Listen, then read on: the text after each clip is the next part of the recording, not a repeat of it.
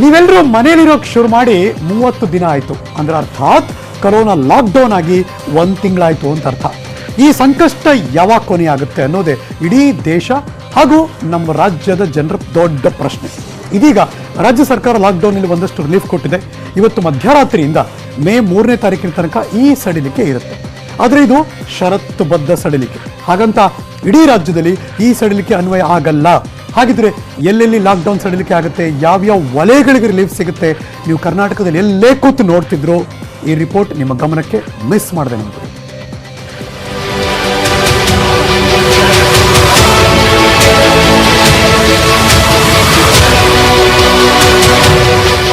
ರಾಜ್ಯದಲ್ಲಿ ಕೊರೋನಾ ಪರಿಸ್ಥಿತಿ ಕೈ ಮೀರಿ ಹೋಗಿಲ್ಲ, ಹಾಗಂತ ಆತಂಕನೂ ದೂರವಾಗಿಲ್ಲ. ಆದರೂ 1 ತಿಂಗಳಿನಿಂದ ರಾಜ್ಯ ಲಾಕ್ಡೌನ್ ಆಗಿರೋದ್ರಿಂದ ಹೆಚ್ಚು ಕಷ್ಟ ನಷ್ಟ ಉಂಟಾಗಿವೆ. ಹೀಗಾಗಿ ಕೇಂದ್ರ ಸರ್ಕಾರ ಕೊಟ್ಟಿರೋ ಪರಿಷ್ಕೃತ ಮಾರ್ಗಸೂಚಿ ಅನುಸಾರ ರಾಜ್ಯ ಸರ್ಕಾರ ಲಾಕ್ಡೌನ್ನಲ್ಲಿ ಒಂದಷ್ಟು ಸಡಿಲಿಕೆ ಮಾಡಿ ಆದೇಶ ಹೊರಡಿಸಿದೆ. ಈ ಆದೇಶ ಇಂದು ಮಧ್ಯರಾತ್ರಿಯಿಂದ ಮೇ 3ರವರೆಗೆ ಜಾರಿಯಲ್ಲಿರುತ್ತೆ. ಎಲ್ಲೆಲ್ಲಿ ಸಡಿಲಿಕೆ, ಯಾವ್ಯಾವ ವಲಯಗಳಿಗೆ ಸಡಿಲಿಕೆ ಅಂತ ನೋಡೋಣ. 8 ರೆಡ್ ಝೋನ್ ಜಿಲ್ಲೆಗಳಲ್ಲಿ ಲಾಕ್ಡೌನ್ ಸಡಿಲಿಕೆ ಇಲ್ಲ. ಹಾಟ್ಸ್ಪಾಟ್, ಸೀಲ್ ಡೌನ್, ಕಂಟೈನ್ಮೆಂಟ್ ಏರಿಯಾಗೆ ಅನ್ವಯಿಸಲ್ಲ. ಬೆಂಗಳೂರು ನಗರ, ಮೈಸೂರು, ಬೆಳಗಾವಿಯಲ್ಲಿ ಸಡಿಲಿಕೆ ಇಲ್ಲ. ದಕ್ಷಿಣ ಕನ್ನಡ, ಬೀದರ್, ಕಲಬುರಗಿಯಲ್ಲಿ ನಿಯಮ ಸಡಿಲಿಕೆ ಇಲ್ಲ. ಬಾಗಲಕೋಟೆ, ಧಾರವಾಡದಲ್ಲೂ ಲಾಕ್ಡೌನ್ ಸಡಿಲಿಕೆ ಮಾಡಲ್ಲ. ಉಳಿದ 22 ಜಿಲ್ಲೆಗಳಲ್ಲಿ ಸೀಲ್ ಡೌನ್ ಪ್ರದೇಶ ಬಿಟ್ಟು ಉಳಿದೆಲ್ಲೆಡೆ ಸಡಿಲಿಕೆ. ನಿಯಮ ಸಡಿಲಿಕೆ ಯಾರಿಗೆ ಅನ್ವಯ ಆಗತ್ತೆ, ಯಾವ್ಯಾವ ವಲಯದ ಜನರಿಗೆ ಅನುಕೂಲ ಆಗತ್ತೆ ಅನ್ನೋದನ್ನ ನೋಡೋಣ. ಇನ್ನು ನಿರ್ಮಾಣ ವಲಯದಲ್ಲಿ ಕಟ್ಟಡ, ರಸ್ತೆ, ನೀರಾವರಿ, ಕೈಗಾರಿಕಾ ನಿರ್ಮಾಣಕ್ಕೆ ಅವಕಾಶ ಸಿಕ್ಕಿದೆ. ಆದರೆ ಇದು ಗ್ರಾಮೀಣ ಭಾಗಕ್ಕೆ ಮಾತ್ರ ಸೀಮಿತ.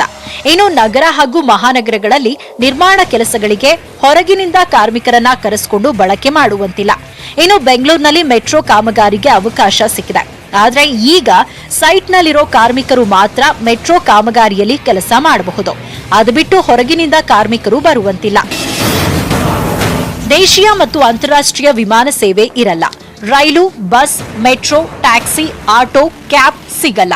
ಅಂತರ್ಜಿಲ್ಲೆ, ಅಂತಾರಾಜ್ಯ ಸಾರಿಗೆ ಓಡಾಟಗಳು ನಡೆಯಲ್ಲ. ಆದರೆ ಹೊರ ರಾಜ್ಯದಿಂದ ದಿನಸಿ, ಕೃಷಿ ಸರಕು ಸಾಗಣೆ ವಾಹನಗಳು ಓಡಾಡುತ್ತೆ. ಇಟ್ಟಿಗೆ, ಸಿಮೆಂಟ್, ಜೆಲ್ಲಿ, ಮರಳು ಲಾರಿಗಳು ಓಡಾಡುತ್ತೆ. ಹೊರ ರಾಜ್ಯದ ಅಗತ್ಯ ಸೇವೆ ವಾಹನಗಳಿಗಷ್ಟೇ ಪ್ರವೇಶ ಇರುತ್ತೆ. ಭದ್ರತೆ, ಕಾರ್ಗೋ, ಪರಿಹಾರ, ಸ್ಥಳಾಂತರಕ್ಕೆ ವಿಮಾನಗಳು, ಭದ್ರತೆ, ಗೂಡ್ಸ್ ಮತ್ತು ಪಾರ್ಸೆಲ್ ಸೇವೆಗೆ ರೈಲು ಸಂಚಾರ ಇರುತ್ತೆ. ಆರೋಗ್ಯ ವಲಯದ ಎಲ್ಲಾ ರೀತಿಯ ವೈದ್ಯಕೀಯ ಸೇವೆಗಳಿಗೆ ಅನುಮತಿ ಇದೆ. ಆಸ್ಪತ್ರೆ, nursing home, clinic, telemedicine, medical shop, pharmacy, lab, collection centre ಹಾಗೂ ವೈದ್ಯಕೀಯ ಕ್ಷೇತ್ರದ ಎಲ್ಲಾ ಉತ್ಪಾದನೆಗಳಿಗೆ ರಾಜ್ಯದಲ್ಲಿ ಅನುಮತಿ ಇದೆ. ಇನ್ನು ಎಲ್ಲಾ ರೀತಿಯ ಕೃಷಿ ಮತ್ತು ಹೈನುಗಾರಿಕೆ ಚಟುವಟಿಕೆಗಳಿಗೆ ಅನುಮತಿ ನೀಡಲಾಗಿದೆ. ರೈತರು ಸಾಮಾಜಿಕ ಅಂತರ ಕಾಪಾಡಿ ಬೀಜ ಬಿತ್ತನೆ ಮಾಡಲು, ಫಸಲು ಕೊಯ್ಯಲು ಅವಕಾಶ ಇದೆ. ಅಲ್ಲದೆ ಎಪಿಎಂಸಿ ಓಪನ್ ಮಾಡಬಹುದು. ಕೃಷಿ ವಸ್ತುಗಳ ಏಜೆನ್ಸಿ ಕಾರ್ಯನಿರ್ವಹಿಸಬಹುದು. ಹಾಗೆ ಕೃಷಿ ಯಂತ್ರಗಳ ಅಂಗಡಿ, ಕೃಷಿ ಯಂತ್ರಗಳ ರಿಪೇರಿ ಅಂಗಡಿ ತೆರೆಯಬಹುದು. ಇನ್ನು ಕೃಷಿ ಉತ್ಪಾದನೆ, ವಿತರಣೆ, ಪೂರೈಕೆಗೆ ಅವಕಾಶ ಇದೆ. ಜೊತೆಗೆ ಹಾಲು ಉತ್ಪಾದನೆ, ವಿತರಣೆ, ಮಾರಾಟ ಮಾಡಲು, ಹಾಲಿನ ಸಾರಿಗೆ, ಪೂರೈಕೆಗೆ ಅವಕಾಶ ಇದೆ. ಇನ್ನು ಪ್ರಾಣಿ ಸಾಕಾಣಿಕೆ, ಕೃಷಿ, ಕೋಳಿ ಕೇಂದ್ರ, ಮೊಟ್ಟೆ ಕೇಂದ್ರ, ಜಾನುವಾರು ಸಾಕಣೆ, ಗೋಶಾಲೆ ಕಾರ್ಯನಿರ್ವಹಿಸಬಹುದು. ಇನ್ನು ಮೀನುಗಾರಿಕೆಗೆ ಪೂರ್ತಿ ಅವಕಾಶ ಸಿಕ್ಕಿದೆ. ಮೀನು ಹಿಡಿಯಲು, ಅದನ್ನ ಪ್ಯಾಕೇಜಿಂಗ್ ಮಾಡಲು, ಮಾರಾಟ ಮಾಡಲು ಅವಕಾಶ ಕೊಟ್ಟು ಮೀನಿನ ಕೋಲ್ಡ್ ಚೈನ್ ಹಾಗೂ ಮಾರ್ಕೆಟಿಂಗ್ಗೂ ಅವಕಾಶ ನೀಡಲಾಗಿದೆ. ಅದೇ ರೀತಿ ಅರ್ಥವಲಯದಲ್ಲಿ ಆರ್ಬಿಐ ಬ್ಯಾಂಕ್ ಶಾಖೆಗಳು, ಎಟಿಎಂ, ವಿಮಾ ಕಂಪನಿಗಳು, ಐಆರ್ಡಿಎಐ ಕಂಪನಿ, ಅಂಚೆ ಕಚೇರಿಗಳು ಕಾರ್ಯನಿರ್ವಹಿಸಲಿವೆ. ಸಾಮಾಜಿಕ ವಲಯದಲ್ಲಿ ವೃದ್ಧಾಶ್ರಮ, ದಿವ್ಯಾಂಗರ ಆಶ್ರಯ, ವಿಧವೆಯರ ಆಶ್ರಯ, ಮಕ್ಕಳ ಆಶ್ರಯ ಕೇಂದ್ರಗಳು ಎಂದಿನಂತೆ ಕಾರ್ಯನಿರ್ವಹಣೆ ಮಾಡಬಹುದು. ಇನ್ನು ಅಂಗನವಾಡಿಯಿಂದ 15 ದಿನಗಳಿಗೊಮ್ಮೆ ಮನೆ ಬಾಗಿಲಿಗೆ ಮಕ್ಕಳಿಗೆ ಪೌಷ್ಟಿಕ ಆಹಾರ ಪೂರೈಕೆ ಆಗುತ್ತೆ. ಆದರೆ ಅಂಗನವಾಡಿಗಳಿಗೆ ಮಕ್ಕಳು, ಪೋಷಕರು ಹೋಗುವಂತಿಲ್ಲ. ಇತರೆ ಕ್ಷೇತ್ರಗಳಲ್ಲಿ ಏನೇನ್ ಇರಲ್ಲ ಅಂತ ನೋಡೋದಾದ್ರೆ ಶಾಲಾ, ಕಾಲೇಜ್, ತರಬೇತಿ ಕೇಂದ್ರ, ಕೋಚಿಂಗ್ ಸೆಂಟರ್ ತೆರೆಯುವಂತಿಲ್ಲ. ಕೈಗಾರಿಕಾ ಸೇವೆ, ವಾಣಿಜ್ಯ ಸೇವೆಗಳು, ಚಿತ್ರಮಂದಿರ, ಸ್ವಿಮ್ಮಿಂಗ್ ಪೂಲ್, ಮನರಂಜನಾ ಪಾರ್ಕ್, ಬಾರ್, ಆಡಿಟೋರಿಯಂ, ಅಸೆಂಬ್ಲಿ ಹಾಲ್ಗಳು, ರಂಗಭೂಮಿ ಓಪನ್ ಮಾಡುವಂತಿಲ್ಲ. ಅಲ್ಲದೆ ಸಾಮಾಜಿಕ, ರಾಜಕೀಯ, ಧಾರ್ಮಿಕ ಕಾರ್ಯಕ್ರಮಗಳ ಜೊತೆಗೆ ಜನರು ಒಟ್ಟು ಸೇರುವ ಯಾವುದೇ ಕಾರ್ಯಕ್ರಮ ಮಾಡುವಂತಿಲ್ಲ. ಅಲ್ಲದೆ ಹಿಂಗಿರುವಂತೆ ಮಂದಿರ, ಮಸೀದಿ, ಎಲ್ಲಾ ಧಾರ್ಮಿಕ ಸ್ಥಳಗಳು ಬಾಗಿಲು ಮುಚ್ಚಿರಬೇಕು.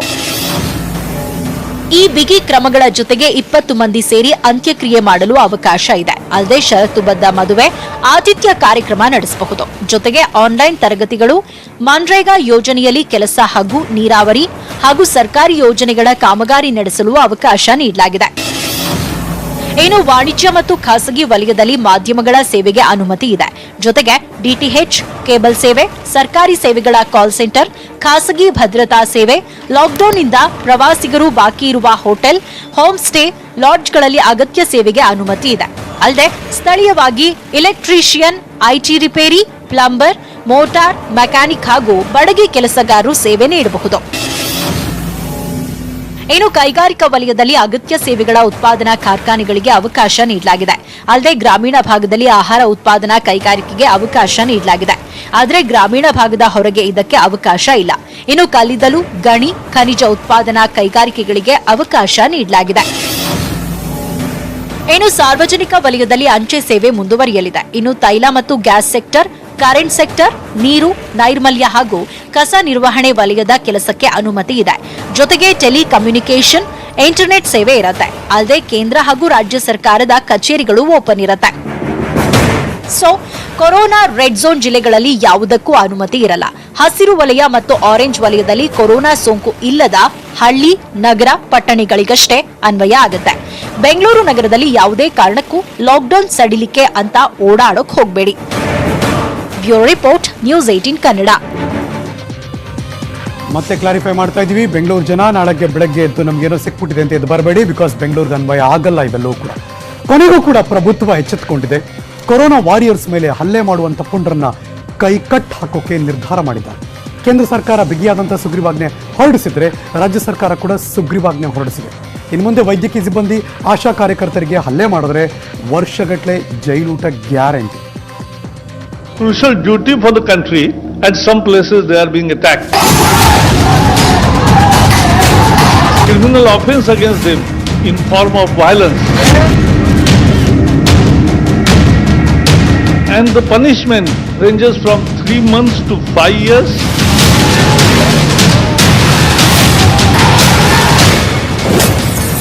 ಕೊರೋನಾ ಸೈನಿಕರಿಗೆ ಹಲ್ಲೆಗೈದ್ರೆ ಜೈಲು ಶಿಕ್ಷೆ. ಕಿಡಿಗೇಡಿಗಳ ವಿರುದ್ಧ ಕೇಂದ್ರದ ಕಠಿಣ ಕ್ರಮ. ನೀವು ಪಾದರಾಯನ್ಪುರದಲ್ಲಿ ದುಷ್ಕರ್ಮಿಗಳು ಅಟ್ಟಹಾಸ ಮಾಡಿರೋದನ್ನ ನೋಡಿದ್ರಿ. ಸಾದಿಕ್ ಪಾಳ್ಯದಲ್ಲಿ ನಡೆದ ಹಲ್ಲೆ, ಕುಡುಚಿಯಲ್ಲಿ ಹಲ್ಲೆ, ಮೈಸೂರಲ್ಲಿ ದರ್ಪ, ಹೀಗೆ ರಾಜ್ಯದಲ್ಲಿ ಹಲವೆಡೆ ಕೊರೋನಾ ಮಹಾಮಾರಿ ವಿರುದ್ಧ ಹೋರಾಡ್ತಿರೋ ಆರೋಗ್ಯ ಕಾರ್ಯಕರ್ತರು ದುಷ್ಕರ್ಮಿಗಳಿಂದ ಹಿಂಸೆ ಅನುಭವಿಸಿದ್ರು. ಕೇವಲ ನಮ್ಮ ರಾಜ್ಯದಲ್ಲಷ್ಟೇ ಅಲ್ಲ, ಇಡೀ ದೇಶದಲ್ಲೇ ಇಂಥ ಕೃತ್ಯಗಳು ಮೇಲಿಂದ ಮೇಲೆ ನಡೀತಾನೆ ಇವೆ. ಅದಕ್ಕೆ ಕೊರೋನಾ ವಾರಿಯರ್ಸ್ ರಕ್ಷಣೆ ಮಾಡಲು ಕೇಂದ್ರ ಸರ್ಕಾರ सुग्रीवाज्ञा ಹೊರಡಿಸಿದೆ। महामारी के संकट से जूझने वाले योद्धाओं को देश जब उन्हें सलाम कर रहा है, कुछ लोग उन पर हमले कर रहे हैं, कुछ लोग उन्हें संक्रमण फैलाने वाले समझ रहे हैं और ऐसी हिंसा या त्रासदी नहीं चलेगी, ये देखना पूरे समाज का और इसलिए सरकार का काम है। इसलिए जो महामारी बीमारी कानून था, एपिडेमिक डिसीजेस एक्ट 1897, 123 साल पहले वाला कानून है, उस कानून के तहत उसमें बदलाव करके यह अध्यादेश लागू करने का निर्णय आज मंत्रिमंडल ने किया है। यस, ಕೊರೋನಾ ಸೈನಿಕರ ರಕ್ಷಣೆಗಾಗಿ ಮೋದಿ ಸರ್ಕಾರ 123 ವರ್ಷಗಳ ಹಿಂದೆ ಅಂದ್ರೆ 1897ರಲ್ಲಿ ತಂದಿದ್ದ ಹಳೆಯ ಕಾನೂನಿಗೆ ತಿದ್ದುಪಡಿ ತಂದು ಸುಗ್ರೀವಾಜ್ಞೆ ಹೊರಡಿಸಿದೆ। ಹಾಗಿದ್ರೆ ಈ ಸುಗ್ರೀವಾಜ್ಞೆ ತಾಕತ್ತು ಏನಂತ ನೋಡೋದಾದ್ರೆ, ಆರೋಗ್ಯ ಸಿಬ್ಬಂದಿ ಮೇಲೆ ಹಲ್ಲೆ ನಡೆಸಿರೋದು ಖಚಿತವಾದರೆ ಆತನಿಗೆ ಬೇಲ್ ಸಿಗಲ್ಲ। ಅಲ್ಲದೆ ಇಂತಹ ಪ್ರಕರಣಗಳಲ್ಲಿ 30 ದಿನಗಳ ಒಳಗೆ ತನಿಖೆಯನ್ನ ಪೂರ್ಣಗೊಳಿಸಬೇಕು। ಹಲ್ಲೆ ಮಾಡಿದರೆ ಹಲ್ಲೆಕೋರರಿಗೆ 3 ತಿಂಗಳಿನಿಂದ 5 ವರ್ಷ ಜೈಲು ಶಿಕ್ಷೆ ಹಾಗೂ 50,000ದಿಂದ 2 ಲಕ್ಷ ರೂಪಾಯಿ ದಂಡ ವಿಧಿಸಲಾಗುತ್ತೆ। ಆರೋಗ್ಯ ಸಿಬ್ಬಂದಿಗೆ ಗಂಭೀರ ಗಾಯಗಳಾದರೆ ಆ ಶಿಕ್ಷೆಯ ಪ್ರಮಾಣ 6 ತಿಂಗಳಿನಿಂದ 7 ವರ್ಷಕ್ಕೆ ವಿಸ್ತರಣೆಯಾಗುತ್ತೆ। ಅಲ್ಲದೆ ಹಲ್ಲೆ ನಡೆಸಿದವರು 1 ರಿಂದ 5 ಲಕ್ಷ ರೂಪಾಯಿ ದಂಡ ಕಟ್ಟಲು ಈ ಸುಗ್ರೀವಾಜ್ಞೆ ಕಾನೂನಿನಲ್ಲಿ ಬದಲಾವಣೆ ತರಲಾಗಿದೆ। ಕೊರೋನಾ ವಿರುದ್ಧ ಹೋರಾಡುವ ಆರೋಗ್ಯ ಸಿಬ್ಬಂದಿಗೆ ಗಾಯಗಳಾದರೆ ಹಲ್ಲೆಕೋರರಿಗೆ 50,000ದಿಂದ 2 ಲಕ್ಷ ರೂಪಾಯಿವರೆಗೂ ದಂಡ ವಿಧಿಸಬಹುದು। ಇನ್ನು ಆಸ್ಪತ್ರೆ, ಆಸ್ತಿಪಾಸ್ತಿ, ವೈದ್ಯಕೀಯ ಸೇವೆಯ ವಾಹನಗಳನ್ನ ನಾಶ ಮಾಡಿದ್ರೆ ತಪ್ಪಿತಸ್ಥರೇ ಆ ಆಸ್ತಿ ಹಾಗೂ ವಾಹನಗಳ ಮಾರುಕಟ್ಟೆ ಮೌಲ್ಯಕ್ಕಿಂತ 2 ಪಟ್ಟು ಮೊತ್ತನ ದಂಡವಾಗಿ ಕಟ್ಕೊಡ್ಬೇಕು। 30 दिन में इसकी इन्वेस्टिगेशन पूरी होगी। सीनियर इंस्पेक्टर के लेवल पे ही इन्वेस्टिगेशन होगी। 3 महीने से 5 साल सजा हो सकती है अगर इन पर हमले हुए या कोई नुकसान किया, और 50,000 से 2 लाख रुपए तक का जुर्माना देना पड़ सकता है। और अगर बहुत गंभीर हमला है तो 6 महीने से 7 साल तक सजा का प्रोविजन है, 6 months to 7 years। और ऐसे केसेस में जो जुर्माना है वो 1 लाख से 5 लाख तक है, तो भारी सजा भी होगी। वैसे अभी केंद्र के आईपीसी है, इंडियन पिनल कोड है, क्रिमिनल प्रोसीजर कोड है, नेशनल सिक्योरिटी एक्ट है, डिसास्टर मैनेजमेंट एक्ट है। ಇವತ್ತು ಮೋದಿ ಸಂಪುಟ ಈ ಸುಗ್ರೀವಾಜ್ಞೆಯನ್ನ ತಂದಿದ್ದು ರಾಷ್ಟ್ರಪತಿಗಳ ಸಹಿ ಬಳಿಕ ಹೊಸ ಕಾನೂನು ಜಾರಿಗೆ ಬರಲಿದೆ. ಇದರಿಂದ ಕೊರೋನಾ ವಾರಿಯರ್ಸ್ ನಿಟ್ಟುಸಿರು ಬಿಟ್ಟಿದ್ದಾರೆ. ಜೊತೆಗೆ ವೈದ್ಯರ ಜೊತೆ ವಿಡಿಯೋ ಕಾನ್ಫರೆನ್ಸ್ ಮಾಡಿದ ಕೇಂದ್ರ ಗೃಹ ಸಚಿವ ಅಮಿತ್ ಶಾ ವೈದ್ಯರಿಗೆ ಸಂಪೂರ್ಣ ಭದ್ರತೆ ನೀಡುವ ಭರವಸೆ ಕೊಟ್ಟರು. ವೈದ್ಯರು ಉದ್ದೇಶಿಸಿರೋ ಪ್ರತಿಭಟನೆ ಕೈಬಿಡುವಂತೆ ಮನವಿ ಮಾಡಿದ್ರು. ಹೀಗಾಗಿ ಪ್ರತಿಭಟನೆಗೆ ಮುಂದಾಗಿದ್ದ ವೈದ್ಯರು ಪ್ರತಿಭಟನೆಯನ್ನ ವಾಪಸ್ ಪಡೆದಿದ್ದಾರೆ.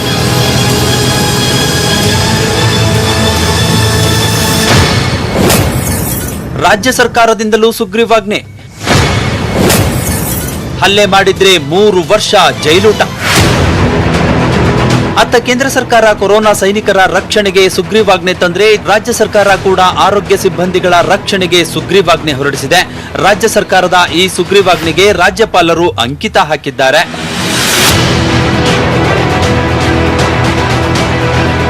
ಕರ್ನಾಟಕ ರಾಜ್ಯ ಸಾಂಕ್ರಾಮಿಕ ರೋಗಗಳ ಕಾಯ್ದೆ ಜಾರಿ ಮಾಡಿರೋ ಬಿಎಸ್ವೈ ಸರ್ಕಾರ ಸರ್ಕಾರಿ ಅಧಿಕಾರಿಗಳು ಕೊರೋನಾ ವಾರಿಯರ್ಸ್ ಮೇಲೆ ಹಲ್ಲೆ ನಡೆಸಿದ್ರೆ 3 ವರ್ಷ ಜೈಲು ಶಿಕ್ಷೆ ನೀಡೋ ಕಾನೂನು ತಂದಿದೆ.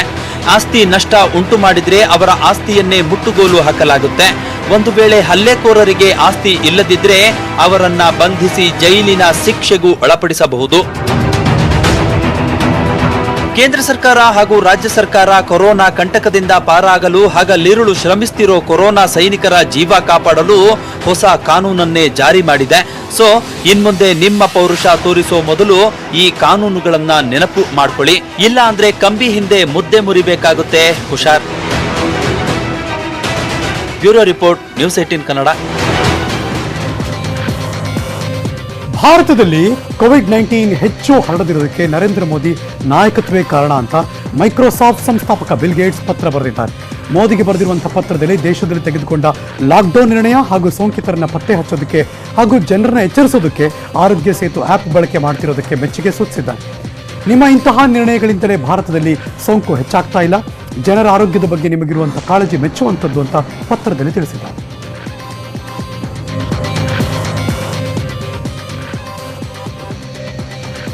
ಕರ್ನಾಟಕದಲ್ಲಿ ಕೊರೋನಾ ಕೇಸ್ ಎಷ್ಟಾಗಿದೆ, ಪಾದರಾಯನಪುರದ ಕಥೆ ಹೇಗಿದೆ, ಬೆಂಗಳೂರಿನಲ್ಲಿ ಆತಂಕ, 150ಕ್ಕೂ ಹೆಚ್ಚು ಜನ ಕೂಡ ಯಾರು ಏನಾಯ್ತು, ಆಸ್ಪತ್ರೆ ಬೀಗ ಹೊಡೆದದ್ದು ಯಾಕೆ, ಜಮೀರ್ ಸಾಹೇಬ್ರು ಹೆಂಗಿದ್ದಾರೆ, ಸಿದ್ದರಾಮಯ್ಯನವರು ಏನಂದ್ರು, ಎಲ್ಲ ಸುದ್ದಿಗಳು ಕೂಡ ಇದೀಗ ನಿಮ್ಮ ಮುಂದೆ.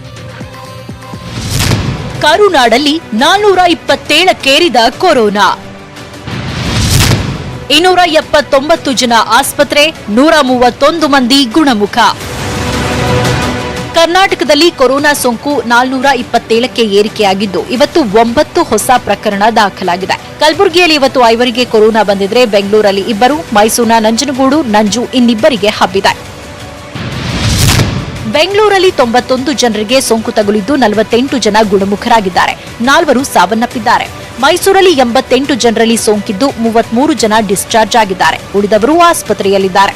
ಬೆಳಗಾವಿಯಲ್ಲಿ 43 ಕೇಸ್ ಆಗಿದ್ದು 3 ಜನ ಮಾತ್ರ ಗುಣಮುಖರಾಗಿದ್ದಾರೆ, 1 ಸಾವಾಗಿದೆ. ವಿಜಯಪುರದಲ್ಲಿ 35 ಸೋಂಕು, 2 ಸಾವಾಗಿದೆ. ಕಲಬುರಗಿಯಲ್ಲಿ 35 ಸೋಂಕು, 28 ಜನ ಗುಣಮುಖರಾಗಿದ್ದು ಇದುವರೆವಿಗೂ 4 ಜೀವ ಬಿಟ್ಟಿದ್ದಾರೆ. ಬಾಗಲಕೋಟೆಯಲ್ಲಿ 21 ಸೋಂಕು, 2 ಗುಣಮುಖ, 1 ಸಾವಾಗಿದ್ರೆ ಚಿಕ್ಕಬಳ್ಳಾಪುರದಲ್ಲಿ 16 ಸೋಂಕು, 9 ಜನ ಡಿಸ್ಚಾರ್ಜ್, 2 ಸಾವಾಗಿದೆ. ಬೀದರ್ನಲ್ಲಿ 15 ಕೇಸ್ ಆಗಿದ್ದು 15 ಜನ ಆಸ್ಪತ್ರೆಯಲ್ಲೇ ಇದ್ದಾರೆ. ದಕ್ಷಿಣ ಕನ್ನಡದಲ್ಲಿ 15 ಸೋಂಕು, 11 ಜನ ಗುಣಮುಖರಾಗಿದ್ದು 1 ಸಾವಾಗಿದೆ. ಬಳ್ಳಾರಿಯಲ್ಲಿ 13 ಜನರಿಗೆ ವೈರಸ್ ಕಾಡ್ತಿದ್ದು ಯಾರೊಬ್ಬರೂ ಹುಷಾರಾಗಿಲ್ಲ. ಇನ್ನು ಪಾದರಾಯನಪುರದಲ್ಲಿ ದಾಂಧಲೆ ಪ್ರಕರಣದಲ್ಲಿ ಪೊಲೀಸರು ಬಂಧಿಸಿರೋ 67 ಆರೋಪಿಗಳನ್ನು ಕೊರೋನಾ ಪರೀಕ್ಷೆಗೆ ಒಳಪಡಿಸಿದ್ರು. ಕೆಲವು ಆರೋಪಿಗಳ ಪರವಾಗಿ ಇವತ್ತು 6 ಜನ ವಕೀಲರು ಬಂದು ಪೊಲೀಸರಿಂದ ಮಾಹಿತಿಯನ್ನ ಪಡೆದ್ರು. ಇನ್ನೊಂದ್ ಕಡೆ ಜೆಜೆ ನಗರ ಠಾಣೆ ಎದುರು ಆರೋಪಿಗಳ ಮನೆಯವರು 4-5 ಜನ ಮಹಿಳೆಯರು ಬಂದು ಆರೋಪಿಗಳನ್ನ ಬಿಡಿಸೋಕೆ ಹೈ ಡ್ರಾಮಾ ಮಾಡಿದ್ರು. ಆದ್ರೆ ಪೊಲೀಸರು ಕ್ಯಾರೆ ಅನ್ನಲಿಲ್ಲ. ನಿನ್ನೆಯಷ್ಟೇ ಶಾಸಕ ಜಮೀರ್ ಅಹಮದ್ ಅವರನ್ನು ಕ್ವಾರಂಟೈನ್ ಮಾಡ್ತೀವಿ ಅಂತ ಸಚಿವರು ಸರ್ಕಾರ ಎಚ್ಚರಿಕೆ ನೀಡಿತ್ತು. ಆದ್ರೂ ಡೋಂಟ್ ಕೇರ್ ಅನ್ನದೇ ಗುಂಪಲ್ಲೇ ಓಡಾಡ್ತಾ ಇದ್ರು. ಆದ್ರಿವತ್ತು ಜಮೀರ್ ಅಹಮದ್ ಸಾಮೂಹಿಕ ಅಂತರ ಕಾಯ್ದುಕೊಂಡಿದ್ರು. ಬಿಬಿಎಂಪಿ ಕಚೇರಿಗೆ ಬಂದ ಜಮೀರ್ ಮತ್ತು ಅಲ್ತಾಫ್ ಖಾನ್ ಕಚೇರಿ ಹೊರಗೆ ಕುಳಿತು ಸಿಬ್ಬಂದಿ ಬಳಿ ಮಾಹಿತಿ ಪಡೆದ್ರು. ಸಾಮಾಜಿಕ ಅಂತರ ಕಾಯ್ದುಕೊಂಡೇ ಜನರ ಕಷ್ಟ ಕೇಳ್ತಿದ್ರು. ಇನ್ನೊಂದ್ ಕಡೆ ಇದೇ ಜಮೀರ್ ಅಹಮದ್ ಖಾನ್ ಬಗ್ಗೆ ಸಿದ್ದರಾಮಯ್ಯ ಮಾತನಾಡಿದ್ದು, ಹಲ್ಲೆ ಪ್ರಕರಣದ ಬಗ್ಗೆ ಹೇಳಿದ್ದು ಹೀಗೆ. ನಾನು ಜಮೀರ್ ಜೊತೆ ಮಾತಾಡಿದೆ. ಅವ್ರೇನ್ ಹೇಳ್ತಾರೆ ಅಂತಂದ್ರೆ, ನಾನು ಯಾರು ನಮ್ಮ ಕ್ಷೇತ್ರಕ್ಕೆ ಬರಬೇಡಿ ಅಂತ ಹೇಳಲಿಲ್ಲ, ರಾತ್ರಿ ಹೊತ್ತು ಬರಬೇಡಿ ಹಗಲೊತ್ತು ಬರ್ರಿ ಅಂತ ಅಷ್ಟೇ ಹೇಳಿದ್ದೆ ನಾನು. ನಾನು ಇಲ್ಲಿ ಹೆಂಗ್ ಬರ್ತಾರೆ ನಮ್ಮ ಕ್ಷೇತ್ರಕ್ಕೆ ಅಂತ ನಾ ಹೇಳಲಿಲ್ಲ ಅಂತ ಹೇಳ್ತಾರೆ ಅವರು. ಇವ್ರು ಅದನ್ನ ದೊಡ್ಡ ರಾಜಕೀಯ ಮಾಡಕ್ ಹೊರಟಿದ್ದಾರೆ. ಬಟ್ ತಪ್ಪು ಯಾರೇ ಮಾಡಿದ್ರು ತಪ್ಪೆ.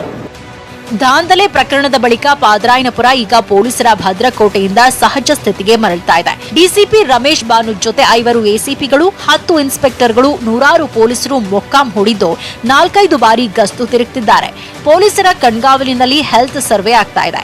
ಇನ್ನೊಂದ್ ಕಡೆ ಹೋಟೆಲ್ನಲ್ಲಿರೋ ಕೊರೋನಾ ಶಂಕಿತರು ನಮ್ಮನ್ನೆಲ್ಲ ಹಸ್ಭವನಕ್ಕೆ ಶಿಫ್ಟ್ ಮಾಡಿಸಿ ಅಂತ ಶಾಸಕರಿಗೆ ಮನವಿ ಇಟ್ಟಿದ್ದಾರೆ. ಆಯ್ತು ಅಂತ ಜಮೀರ್ ಸಾಹೇಬ್ರು ಭರವಸೆ ಬೇರೆ ಕೊಟ್ಟಿದ್ದಾರೆ. ವೈದ್ಯ ಸೇರಿ 250 ಮಂದಿ ಜೊತೆ ಪೇಷಂಟ್ ನಂಬರ್ 419 ಸಂಪರ್ಕ. ಬೆಂಗಳೂರಿಗೆ ಕಂಟಕ ಆಗುತ್ತಾ ಪೇಷಂಟ್ ನಂಬರ್ 419 ಕೇಸ್. ಬೆಂಗಳೂರಿನ ಬೊಮ್ಮನಹಳ್ಳಿಯಲ್ಲಿರೋ ವೇಣು ಹೆಲ್ತ್ ಕೇರ್ ಸೆಂಟರ್ಗೆ ಬಂದಿದ್ದು ಪೇಷಂಟ್ ನಂಬರ್ 419. ಈತನಿಗೂ ಕೊರೋನಾ ಖಚಿತವಾಗಿದೆ. ಈ ವ್ಯಕ್ತಿ ಡಾಕ್ಟರ್ ವೇಣುಗೋಪಾಲ್ರನ್ನ ಸಂಪರ್ಕ ಮಾಡಿದ್ದ. ಹೀಗಾಗಿ ಬಿಬಿಎಂಪಿ ಅಧಿಕಾರಿಗಳು ಡಾಕ್ಟರ್ ಜೊತೆ ನರ್ಸ್ಗಳನ್ನು ಕ್ವಾರಂಟೈನ್ ಮಾಡಿ ಆಸ್ಪತ್ರೆಗೆ ಬೀಗ ಹಾಕಿಸಿದ್ದಾರೆ. ಮೊದಲು ಡಾಕ್ಟರ್ ವೇಣುಗೋಪಾಲ್ ಆಸ್ಪತ್ರೆ ಒಳಗೆ ಸೇರ್ಕೊಂಡು ಡ್ರಾಮಾ ಮಾಡಿದ್ರು. ಆಮೇಲೆ ಬೀಗ ಹೊಡೆದ ಆರೋಗ್ಯ ಸಿಬ್ಬಂದಿ ಎಲ್ಲರನ್ನೂ ಕ್ವಾರಂಟೈನ್ ಮಾಡಿದ್ದಾರೆ. ಇನ್ನೊಂದ್ ಕಡೆ ಇದೇ ಪೇಷಂಟ್ ನಂಬರ್ 419 ಬೊಮ್ಮನಹಳ್ಳಿ ಸ್ಲಂನಲ್ಲಿ 250 ಜನರನ್ನ ಸಂಪರ್ಕಿಸಿದ್ದ ಅಂತ ಗೊತ್ತಾಗ್ತಿದ್ದು 68 ಜನರನ್ನ ಕ್ವಾರಂಟೈನ್ ಮಾಡಿದ್ದಾರೆ. ಉಳಿದ 200 ಜನರ ಪತ್ತೆ ಕೆಲಸ ಮಾಡ್ತಿದ್ದು ಇದು ಆತಂಕ ಹೆಚ್ಚಿಸಿದೆ. ನಾಳೆಯಿಂದ ನಿಯಮ ಸಡಿಲಿಕೆ ಮಾಡಿದ್ರೂ ಬೆಂಗಳೂರಿಗೆ ಅನ್ವಯ ಆಗಲ್ಲ. ಐಟಿಬಿಟಿ ಕಂಪನಿಗಳು ಕೆಲಸ ಶುರು ಮಾಡುತ್ತೆ ಅನ್ನೋ ನಂಬಿಕೆ ಇಲ್ಲ. ಹೀಗಾಗಿ ಅಡ್ಡಾದಿಡಿ ಓಡಾಡೋಕ್ ಹೋಗ್ಬೇಡಿ. ಯಾಕಂದ್ರೆ ಬೆಂಗಳೂರಲ್ಲಿ 38,974 ವಾಹನಗಳನ್ನ ಜಪ್ತಿ ಮಾಡಿದ್ದಾರೆ. ತುರ್ತು ಸೇವೆ, ಅಗತ್ಯ ಸೇವೆ ಅಂತ ಬೋರ್ಡ್ ಹಾಕೊಂಡವರ ಗಾಡಿನೂ ಸೀಸ್ ಆಗಿದೆ. ಸೊ ಸ್ವಲ್ಪ ದಿನ ಮನೆಯಲ್ಲೇ ಇರಿ, ಸೇಫ್ ಆಗಿರಿ. Bureau report, news 18 Kannada.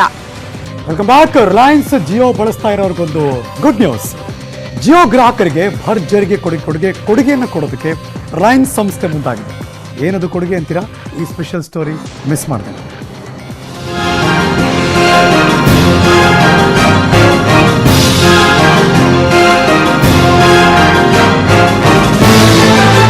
Jio ದೇಶದ ಬಹುದೊಡ್ಡ ಮೊಬೈಲ್ ನೆಟ್ವರ್ಕ್ ಹೊಂದಿರೋ ಸಂಸ್ಥೆ. ರಿಲಯನ್ಸ್ ಜಿಯೋವನ್ನ 2016ರಲ್ಲಿ ಲಾಂಚ್ ಮಾಡಿತ್ತು. ಅಲ್ಲಿಂದಲೂ ಜನರಿಗೆ ಉತ್ತಮ ಸೇವೆ ನೀಡುತ್ತಿದೆ.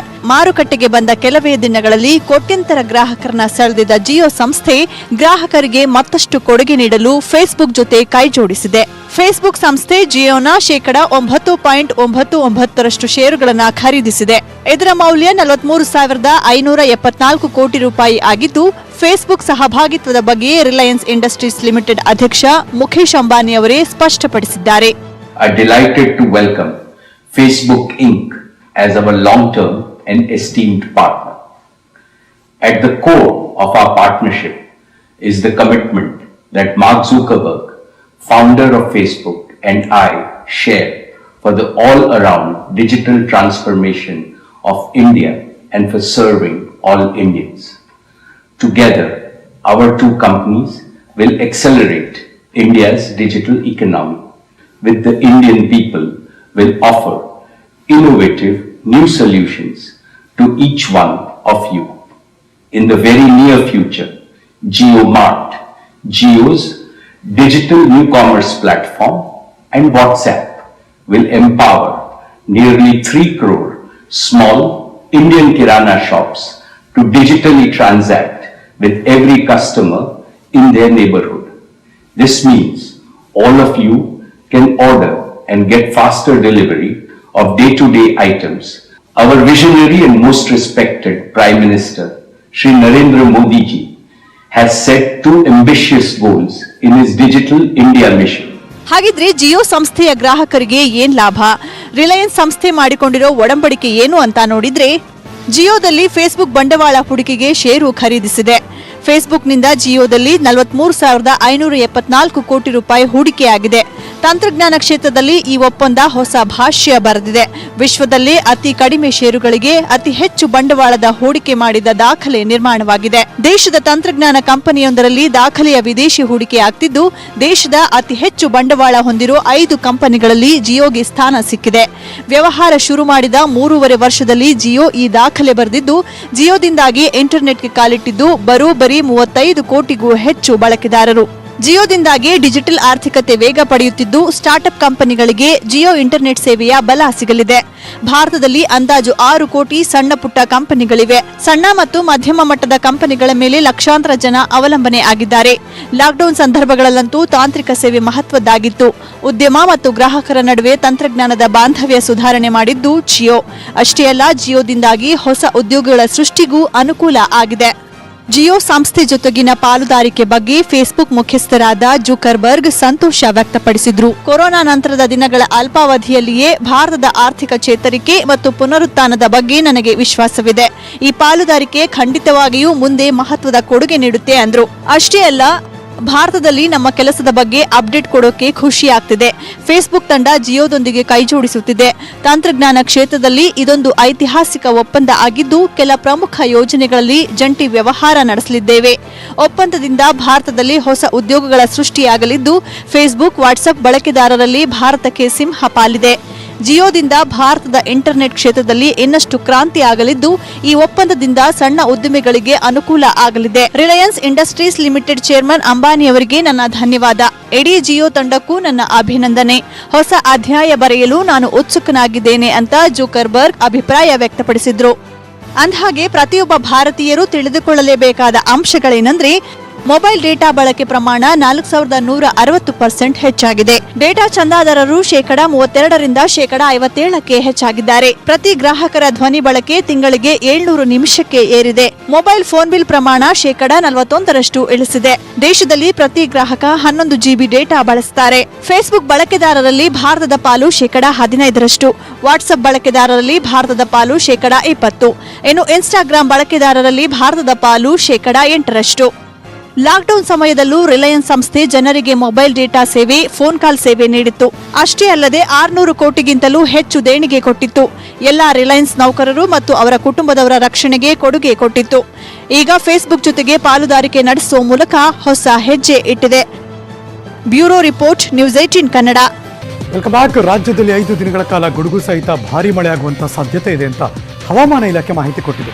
ಇವತ್ತಿಂದ 5 ದಿನಗಳ ಕಾಲ ರಾಜ್ಯದಲ್ಲಿ ಭಾರೀ ಮಳೆಯಾಗುವ ಸಂಭವ ಇದೆ. ಚಿಕ್ಕಮಗಳೂರು, ಹಾಸನ, ಕೊಡಗು ಮತ್ತು ಶಿವಮೊಗ್ಗ, ಬೆಳಗಾವಿ, ಧಾರವಾಡ, ಗದಗ, ಹಾವೇರಿ, ಬಳ್ಳಾರಿ, ಚಾಮರಾಜನಗರ, ಬೆಂಗಳೂರು, ಚಾಮರಾಜನಗರ, ದಾವಣಗೆರೆ, ಹಾಸನ ಎಲ್ಲ ಭಾಗದಲ್ಲೂ ಕೂಡ ಭಾರೀ ಮಳೆಯಾಗುವಂಥ ಸಾಧ್ಯತೆ ಇದೆ.